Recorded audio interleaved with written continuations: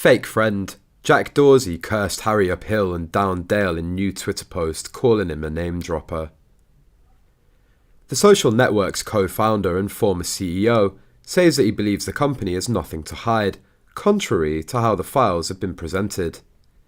He also says he wishes the information had been released WikiLeaks style, and asks that the internet not go after Twitter employees for perceived slights. Of course, his article also promotes his own social networking protocol as well as Bitcoin. The threads and Musk's promotion of them have largely taken on a conspiratorial tone, painting the old Twitter leadership and employees as being in cahoots with the government to silence users. Dorsey clearly doesn't agree, saying in his post that mistakes were made at Twitter, but that he believes the company had no ill intent or hidden agendas, and everyone acted according to the best information that we had at the time.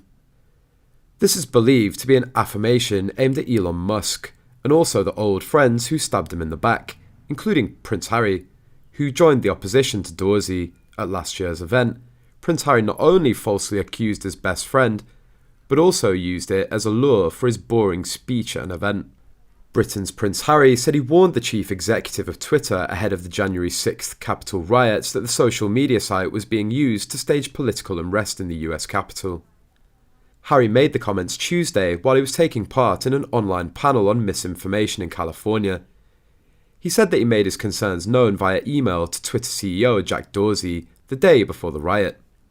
Jack and I were emailing each other prior to January the 6th, where I warned him that his platform was allowed a coup to be staged, said Harry at the Rewired Tech Forum.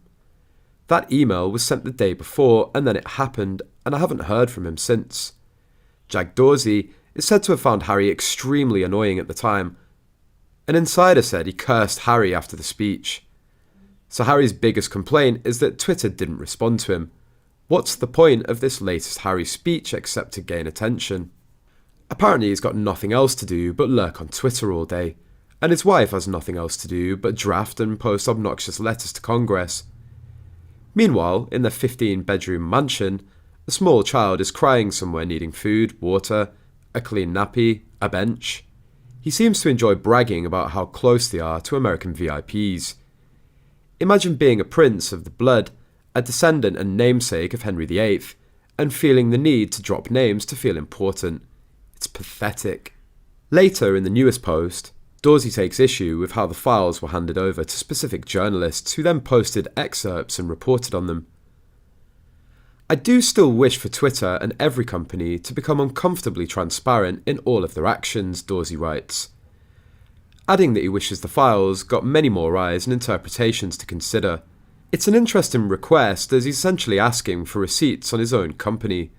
As my co-worker Addy Robertson described while we were discussing the article, it seems like Dorsey is fully aware of what kind of decision-making process a full docu-dump would reveal, and doesn't think it'd be all that damning.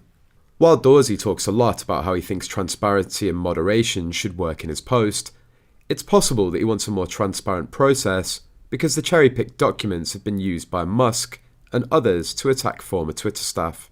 Dorsey's post isn't entirely about Twitter and Prince Harry. He also uses it to announce that he's given $1 million a year to encrypted messaging app Signal, and asks for suggestions about other grants he should make in the areas of social media and private communication protocols, Bitcoin, and a web-only mobile OS.